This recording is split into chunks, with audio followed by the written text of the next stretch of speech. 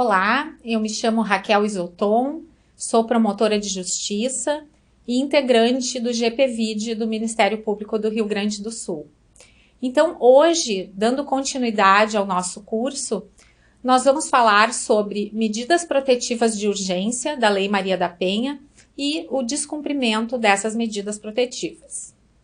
Bom, a Lei 11.340 de 2006, Lei Maria da Penha, trouxe importantes modificações no cenário jurídico brasileiro para a defesa e proteção dos direitos das mulheres. Antes da Lei Maria da Penha, muitos delitos que nós comumente vemos nos nossos processos, nos nossos inquéritos, por exemplo, lesões corporais, vias de fato, ameaça, esses delitos eram tratados sob a luz dos juizados especiais criminais, ou seja, era uma situação por vezes até humilhante para a mulher, porque ela registrava uma ocorrência policial e se submetia a um processo célere, um processo dos juizados especiais criminais, tinha que fazer uma audiência, por vezes de conciliação, encontrando o seu agressor na sala de audiências. Esse agressor, ele também poderia ser beneficiado com uma transação penal, poderia pagar uma pena de cesta básica, tirando da própria família para solucionar aquele processo. E isso, naturalmente, não resolvia a vida e a proteção dessa mulher. Não resolvia aquela necessidade imediata que ela tinha de ser protegida. Então, nesse sentido, a Lei Maria da Penha nos trouxe a figura das medidas protetivas de urgência. Mas para que a gente comece a falar sobre as medidas protetivas, a gente tem que entender um pouco, né, como é que funciona. Quem pode pedir, em que situações essa mulher vai ter direito a ter uma medida protetiva. Nós vamos falar sobre tudo, sobre prazos, enfim, tudo que está relacionado a essas medidas, né? Nós temos que ter em mente que a Lei Maria da Penha protege a mulher de uma situação de violência que ela enfrenta por ser mulher. É uma violência, então, de gênero, né? Lá no artigo 5º da lei está dito que a violência doméstica e familiar contra a mulher é toda ação ou omissão baseada no gênero que lhe cause morte, sofrimento físico, sexual, psicológico, dano moral ou patrimonial. Inclusive, a lei ela não exclui a possibilidade de que outras violências venham acontecer contra essa mulher. Ela não é um numerus clausus. Existe a possibilidade de outras violências também contra a mulher. Então, nós já sabemos que para pedir medidas protetivas tem que ser uma mulher, ela tem que sofrer uma violência por ser mulher e em algumas hipóteses. Por exemplo, a violência tem que ocorrer no âmbito da unidade doméstica. O que seria isso? Unidade doméstica é um espaço de convívio permanente entre pessoas que podem ou não ser parentes, né? Podem ter um vínculo familiar ou até serem esporadicamente agregadas. Por exemplo, amigos que moram numa mesma residência, né? Uma empregada doméstica que more naquela residência pode sim sofrer uma violência. Também ela se aplica no âmbito familiar, né? Indivíduos que são aparentados, que são unidos por laços naturais, por afinidade ou por vontade própria. Por exemplo, aqui aquela situação da violência do avô contra a neta, do tio contra a sobrinha, entre primos. Também são exemplos que a gente pode trazer. E tem uma outra situação que é quando há uma relação íntima de afeto, ou seja, o agressor convive ou conviveu com a ofendida, né? Independentemente da coabitação. Então aqui vejam que não só quem é casado no papel, quem vive em união estável, mas também namorados, e isso se aplica a ex-namorados, ex-companheiro, né, ex-marido. E é importante dizer também que a proteção da mulher independe da sua orientação sexual, né? Então, uma mulher homossexual, por exemplo, pode sim ser beneficiada com medidas protetivas, porque por vezes ela sofre violência exatamente por isso, né? Por ser homossexual. Então, assim, importante que a gente tenha em mente isso sempre, né? Tem que ser mulher, tem que sofrer uma violência por ser mulher, e nessas 3 hipóteses, né? Quando a violência for na unidade doméstica, for no âmbito familiar, ou quando houver uma relação íntima de afeto, né? E quando essa medida pode ser deferida, né? Eu coloco aqui no bojo de um procedimento cível ou em um procedimento criminal. É muito equivocada a ideia que as pessoas têm de que, para ser beneficiada com uma medida protetiva, a mulher tenha que registrar uma ocorrência policial. Se vocês lerem a Lei Maria da Penha, não está dito isso em nenhum momento, né? Então, ela pode ser deferida, por exemplo, num processo de separação e divórcio, também nos autos de um processo criminal. E elas são, em regra, deferidas pelo juiz, né? Pode ser de ofício ou a requerimento da ofendida do Ministério Público. Existem situações excepcionais, agora que está no artigo 12C da Lei Maria da Penha, em que, naquelas cidades onde não for sede de comarca, digamos assim, naquelas cidades menores, o próprio delegado de polícia pode afastar imediatamente o agressor da residência para a proteção da mulher, da vítima, né, de seus dependentes, mas naquela situação em que não houver sede de comarca na cidade. Ou também, nessa mesma hipótese, quando não houver a presença de um delegado de polícia lotado naquela cidade, também o policial, excepcionalmente, pode fazer o afastamento do agressor do lar em comum, tá? Então, assim, quem pode pedir essas medidas protetivas, né? A mulher, naquelas situações que a gente já comentou, o juiz também pode, naturalmente, de ofício, e o Ministério Público também. Mas vocês podem ter situações em que a mulher ela vai fazer esse pedido através da Defensoria Pública ou também através de um advogado. Eu coloco aqui, é um tema assim bastante controvertido, mas rapidamente assim o nosso entendimento acerca da natureza jurídica das medidas protetivas.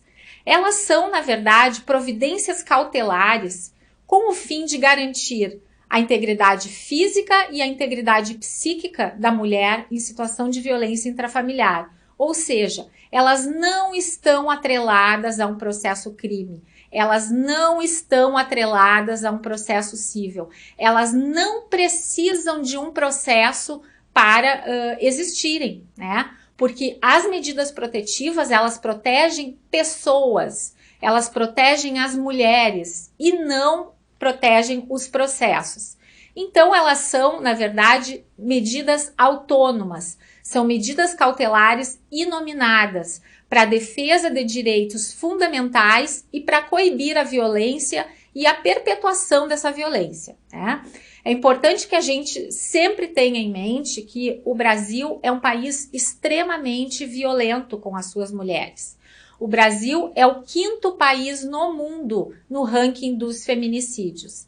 E quando um juiz concede uma medida protetiva, na verdade ele está tentando fazer cessar aquela violência, para impedir que esse agressor continue praticando atos de violência, que nós sabemos, isso é um fenômeno estudado já, que esses atos vão ser cada vez mais intensos e vão acontecer cada vez num espaço de tempo menor, né? Então, a medida protetiva, ela faz cessar uma violência, porque ela impede que um mal maior aconteça. Então, dito isso, eu trago aqui uma ocorrência policial, porque assim, esse curso é destinado aos estagiários e aqueles que estão fazendo estágio nas promotorias criminais ou nas promotorias da violência doméstica sabem, né, que a forma mais comum de se apresentar um pedido de medidas protetivas é registrando uma ocorrência policial. Mas isso por quê? Porque hoje muitas condutas violentas elas estão tipificadas no Código Penal, né? Quais são os crimes mais comuns aí que aparecem? É a ameaça, a contravenção das vias de fato, lesão corporal, perseguição, violência psicológica, constrangimento ilegal, estupros, furtos, enfim, sequestro. Nós temos uma gama muito grande de violências que hoje estão tipificadas no Código Penal. Então, eu trago aqui uma ocorrência, né? Eu risco ali o nome, o local, preservando assim o nome das partes, né? A mulher vai na delegacia de polícia, em regra, faz a sua ocorrência policial e o delegado de polícia tem 48 horas para encaminhar esse pedido ao juiz da comarca. E o juiz passa a ter um prazo também de 48 horas para despachar, concedendo ou não a medida protetiva. Hoje, com a tramitação eletrônica, né, dos inquéritos policiais, dos pedidos de medidas protetivas, isso ficou muito mais fácil, porque isso permite que o juiz, até no mesmo dia, faça um despacho. Acompanha essa ocorrência e esse pedido de medidas protetivas o formulário de avaliação de risco que foi introduzido pelo CNJ, o Conselho Nacional de Justiça. Esse formulário contém perguntas bem importantes, eu não vou me estender muito nele, porque isso vai ser um tema de uma outra aula, mas assim, são questionamentos feitos à mulher para que a gente tenha um panorama, né, do cenário em que essa mulher está vivendo, né? Quais as violências que essa mulher já passou. A gente sabe que quando uma mulher decide romper o ciclo da violência, não é um fato isolado na vida dela. Ela já passou por anteriores violências, tá? Então ali, o que é perguntado para ela, né? Se ele já praticou algumas condutas, né, como queimaduras, enforcamentos, sufocamento, se já falou algumas frases para ela do tipo, se tu não for minha, tu não vai ser de mais ninguém. Se ele já impediu ela de ter acesso ao telefone celular, de visitar parentes. Também são feitas perguntas, né, sobre a conduta do agressor, né? Se ele usa drogas, se ele faz um uso imoderado de bebida alcoólica, se ele já agrediu os filhos, né? Também é perguntado ali quantos filhos, de que idades esses filhos a mulher tem. Enfim, são uma série de perguntas importantes, sim, para o juiz que vai deferir essa medida, porque o juiz vai ver a forma, o perfil desse agressor. De que forma esse agressor resolve os seus conflitos dentro do lar ou no convívio familiar? É empregando violência? Então, isso é também muito importante para o juiz na análise da concessão das medidas, porque ele pode olhar ali e nós sabemos que nem todos assim têm tanta sensibilidade na violência doméstica, mas ali ele vai ter uma ideia, né, do histórico de violências que essa mulher passou. E esse formulário pode ser preenchido tanto pela própria ofendida, como também pela ajuda de uma profissional nas delegacias em que tem assistência de psicólogo. Então, no artigo 22, começam quais as medidas que obrigam o agressor. Né? Essas são as medidas mais comuns que a gente se depara, né, no dia a dia forense. O afastamento do lar, do domicílio, do local de convivência com a ofendida. Também a proibição de determinadas condutas, né, como a proibição de se aproximar da ofendida, dos seus familiares, dos filhos menores, né, e também das próprias testemunhas da violência que a mulher está passando. Então, é comum também que nas decisões a gente veja o estabelecimento de um limite. Aquele agressor não pode chegar 100 metros perto da ofendida ou 200 metros perto. Isso vai depender da análise de cada julgador. Também a proibição de qualquer forma de contato com a ofendida, familiares e testemunhas. Ou seja, não pode mandar e-mail, não pode mandar SMS, não pode mandar WhatsApp, não pode bater na porta da mulher pedindo para conversar. São condutas que são proibidas, elas obrigam o agressor. Também o juiz pode proibir a frequentação de determinados lugares, enfim, locais onde a vítima possa desempenhar suas tarefas diariamente. O juiz pode também, né? Além do que, o juiz pode também fixar outras medidas que não estas exemplificativas aqui. Também pode o juiz proibir ou restringir a visitação e o convívio com os filhos menores dessa mulher. Ouvida sempre a equipe de atendimento multidisciplinar, aonde houver também. Também aqui pode o juiz determinar a prestação de alimentos provisórios ou provisionais. E ainda determinar que o agressor compareça a programas de recuperação, de educação. Por exemplo, aquele agressor que faz uso de bebida alcoólica ou está se drogando, o juiz pode determinar que ele compareça ao CAPS da sua cidade, pode determinar ainda o acompanhamento psicossocial, né, naquelas comarcas onde já existem os grupos reflexivos para homens, também pode o juiz determinar o comparecimento do agressor nesses locais. Aqui eu trago a título exemplificativo uma decisão, essa decisão é lá de Guaíba, da comarca onde eu atuo, foi proferida em plantão, e aqui o juiz coloca, né, que o agressor ele tem que ficar afastado, né, da residência do casal e também não pode se aproximar da ofendida a uma distância de 100 metros. E o que é bem importante, né, que ele coloca lá no finalzinho da decisão? O descumprimento dessas medidas vai caracterizar o crime previsto no artigo 24A da Lei Maria da Penha. Isso depois eu vou falar mais adiante. Então, por que a gente fala que as medidas protetivas salvam vidas, né? E isso é um estudo mundial. Isso não é... nós não temos dados apenas no Brasil, no Rio Grande do Sul. Nós temos dados no mundo inteiro que nos mostram a eficácia das medidas protetivas. Elas nos protegem num percentual de mais de 90%. Ou seja, o que quer dizer isso? Que daquelas mulheres que foram vítimas de feminicídio, apenas um percentual muito pequeno, 3, 4% de mulheres que foram mortas por feminicídio, tinham medidas protetivas. Ou seja, a grande maioria das mulheres beneficiadas com as medidas protetivas, elas não vão sofrer uma violência maior. Ou seja, o agressor recebe ali a cópia dessa decisão, dizendo que se ele descumprir, ele vai preso.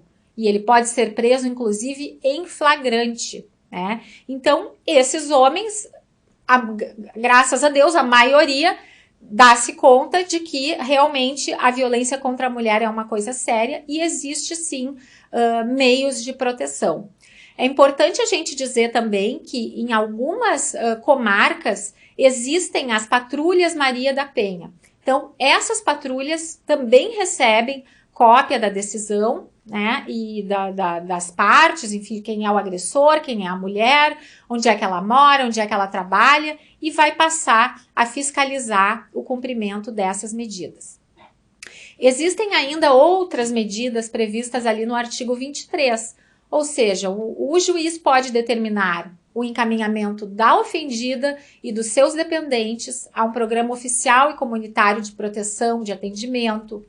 Pode também determinar a recondução da ofendida e dos seus dependentes até o seu domicílio após o afastamento do agressor, né? Ou seja, há situações em que a mulher, antes de ganhar a medida protetiva, e vocês vão ver muito isso nos atendimentos, ela deixa o lar. Ela coloca os filhos embaixo do braço e sai, porque ela está com medo de ser agredida.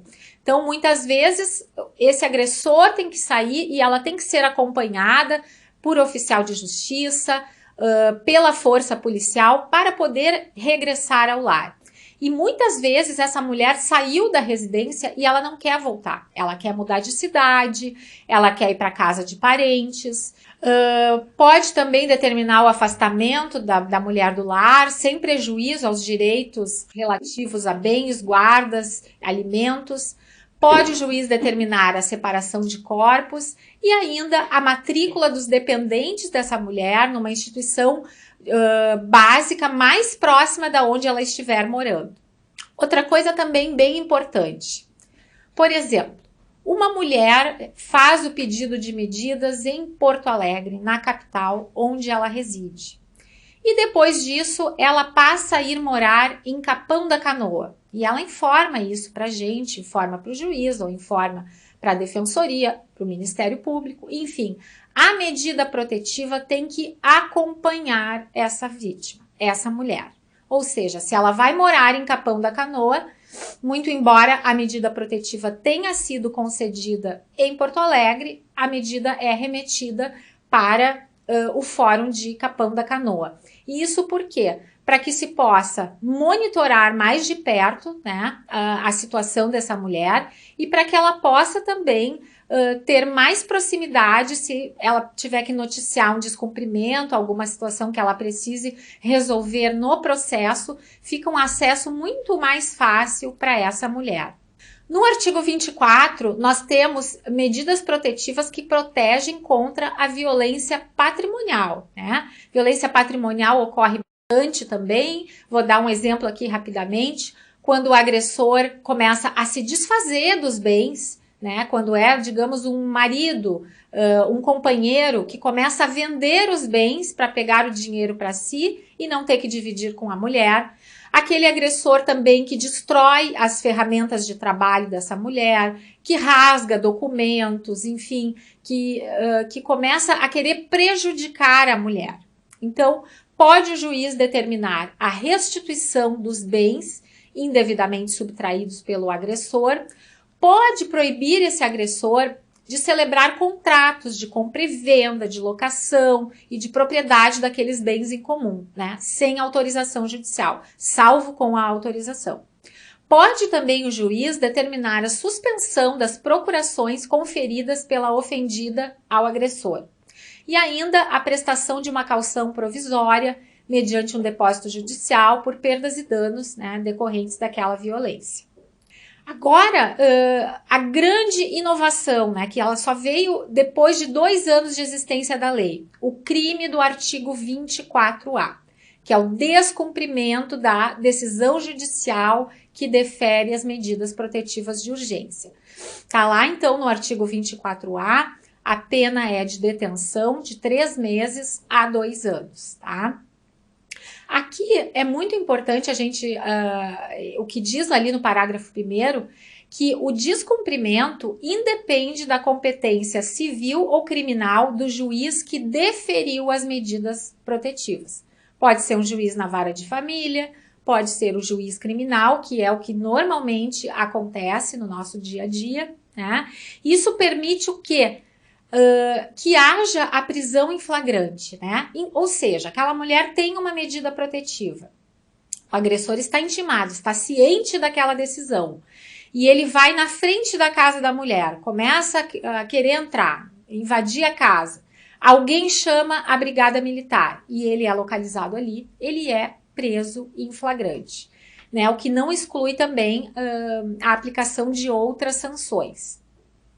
Há também casos de descumprimento, né, que nós sabemos assim, que as mulheres, por vezes, nas comarcas menores, né, não falo em Porto Alegre, mas as mulheres vão na delegacia de polícia registrar um descumprimento e aparecem lá na promotoria querendo conversar com a gente, noticiando o descumprimento. Nós podemos sim, naquele caso do agressor que não foi preso em flagrante, verificado que essa mulher corre risco, né, na sua integridade física ou psíquica, de nós fazermos um pedido de prisão preventiva, né, que normalmente os juízes entendem que precisam haver também requisitos, aqueles requisitos genéricos para a decretação da prisão preventiva. Mas é por vezes nos autos das medidas protetivas que nós vamos ter que manejar esse pedido. Muitas vezes a mulher vai chegar ali com fotografias, né, da casa que foi invadida, de bens que foram quebrados, né? Já vi situações assim que roupas foram todas picoteadas. Muitas vezes o agressor até tenta colocar fogo na residência. Então, assim, tudo que a mulher trouxer, né, pra gente na promotoria, a gente pode juntar essas provas, muitas vezes WhatsApp, comprovantes de que esse homem está continuando a ligar para essa mulher, tentando mandar mensagens. Tudo isso é prova, sim, para fazer esse pedido de decretação de prisão preventiva. Quando a mulher faz um pedido de medidas protetivas, ela não sabe que as medidas protetivas vão ter um número no EPROC e que ainda, por vezes, essa conduta é, sim, considerada um crime e vai esse agressor vai sofrer uma denúncia, né? Vai responder a um processo criminal. A mulher, em regra, ela quer fazer cessar a violência. Né? Ela, por vezes, ela está tão confusa, ela está tão nervosa com as situações de violência que ela passou ao longo da vida, que ela não sabe, né? Ela acha que só registra a medida protetiva e ela não sabe mais nada que vai acontecer depois, né? Então, a gente vai ter que explicar para ela que mesmo que em situações em que ela queira desistir da medida protetiva, né, existem consequências, né? Muitas vezes, esse pedido de desistência da medida protetiva também revela uma situação em que ela não quer que esse agressor seja processado. Então, nós vamos ter que pedir a designação de uma audiência prevista no artigo 16 da Lei Maria da Penha, para que essa retratação ocorra em juízo, na presença, então, do juiz, do Ministério Público, para que a gente tenha certeza, né, que esse é o livre desejo de não vê-lo processado. Mas isso, naturalmente, naquelas ações penais que forem públicas condicionadas à representação. Não vale, por exemplo, para a lesão corporal, né, que nós sabemos que não se aplica a lei do juizado especial criminal. Então, não se exige a representação. O agressor que praticou uma violência física, né, contra a mulher, deixando lesões, ele vai sim ser processado.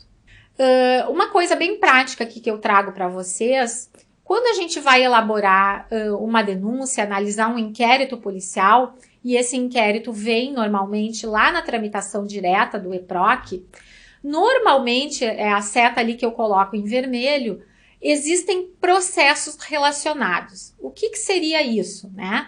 As medidas protetivas, elas estão relacionadas ali naquele númerozinho que aparece à esquerda, que a gente pode clicar e ver o que aconteceu ali na medida protetiva, certo?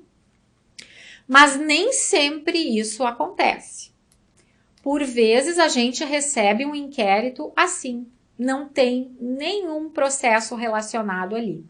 Então, a gente, sempre que vai fazer uma denúncia, é interessante que a gente veja, sim, o que aconteceu lá na medida protetiva, porque a gente vai ter ali o endereço onde as partes foram intimadas, e aí é importante também, né, para a caracterização do crime de descumprimento da medida protetiva, a gente tem que ver a data em que aquele agressor foi intimado da concessão das medidas. Porque se ele não tiver intimado, não fica caracterizado o delito de descumprimento do artigo 24A. Né?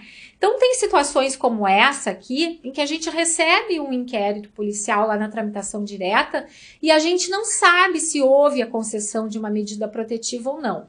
Então, como é que a gente procura, pessoal? Ali no EPROC, tem naquele menu que fica à esquerda, a gente vai ali em relatórios, né? Aí tem o relatório de processos, de conciliações e tal, e o relatório de medidas protetivas. Isso para qualquer caso que a gente queira pesquisar, né? Não só naqueles inquéritos ali que a gente recebe. A gente quer saber se essa mulher já teve outras medidas protetivas ou se aquele agressor já praticou alguma violência contra uma outra companheira, por exemplo, vai aparecer ali. Então, a gente clicando em relatórios de medidas protetivas, existem filtros para pesquisas, né? A gente pode pesquisar pelo nome do réu, pelo nome da vítima ou pelo nome de ambos.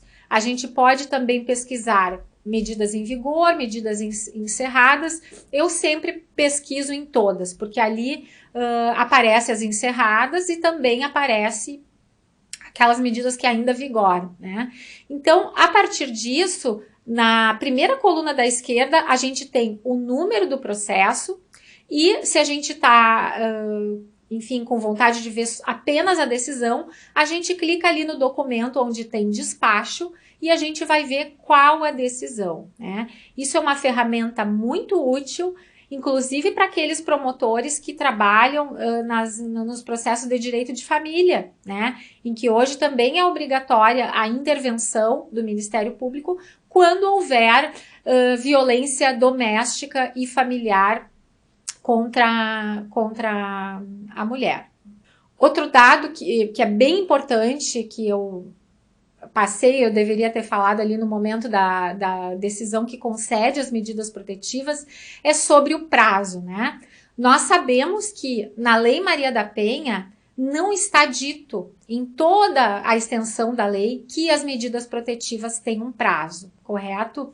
Mas antes da pandemia era muito comum que os juízes fixassem um prazo de 60 dias, de 90 dias, de 6 meses. Quando veio a pandemia, houve uma lei em que determinou que essas medidas se prorrogariam automaticamente durante a vigência do estado de calamidade pública, né? Hoje, superado o estado de calamidade pública, que não existe mais, nós estamos vendo decisões que estão concedendo prazo, né? De 120 dias, 180 dias, enfim, cada juiz coloca, enfim, o prazo que entender adequado. Mas isso não significa que, decorrido esse prazo, a mulher não possa pedir, ou até mesmo antes, quando ela vê que esse prazo vai vencer, muitas ligam para as promotorias ou comparecem nas promotorias pedindo que gostariam de estender um pouco mais a medida protetiva. Então, essa é uma situação também que a gente vai enfrentar e que a gente pode fazer, sim, esse pedido nos autos das medidas protetivas. E, por fim, eu trago dados bem importantes que foram buscados nas estatísticas do CEVID, do Tribunal de Justiça do Rio Grande do Sul. Então, para que todos tenham uma ideia, de janeiro a maio deste ano, foram concedidas mais de 52 mil medidas protetivas, né? Então, em poucos meses, um número bem expressivo de medidas protetivas. No ano passado, no primeiro semestre, de janeiro a maio, 52.225 medidas. E de julho a dezembro do ano passado, um pouco menos, um pouco mais de 49 mil medidas protetivas. No primeiro semestre de 2022, do total de 12.806 prisões ocorridas no Rio Grande do Sul, 1.834 foram em decorrência da violência doméstica e familiar contra a mulher. Isso representa um percentual de 14% das prisões ocorridas no estado no primeiro semestre deste ano, dados atualizados até maio. Isso significa que é bastante, sim, é um número bem expressivo. Então, eu finalizo aqui acreditando que tenho abordado os aspectos mais importantes, né, para os estagiários no dia a dia, né, das promotorias, no manuseio dos processos, das medidas protetivas. E é sempre importante que a gente leve para as mulheres uma mensagem de que por trás da medida protetiva, isso não é só uma decisão assinada, não é só um pedaço de papel que ela recebe. Existe toda uma rede de proteção empenhada em proteger a mulher para evitar que uma situação mais grave ainda aconteça com ela, culminando com o feminicídio que tanto nos entristece, né, e que deve ser evitado. Deve ser um esforço de todos nós. Muito obrigada.